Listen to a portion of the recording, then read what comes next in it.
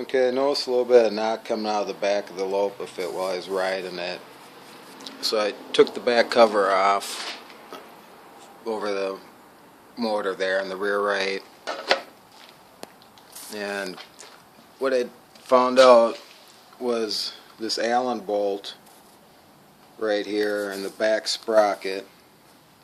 I'll zoom back out and in. Come from the side here a little bit. So this one right here, come up top, there's a 2mm Allen bolt there.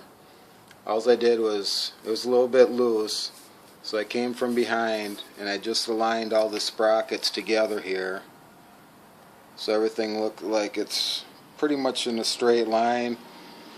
I cranked this down here, this Allen wrench, tightened that up good, put the cover back on, gave it a ride, and haven't had any more problems. Hope that helps you out. Thanks for watching.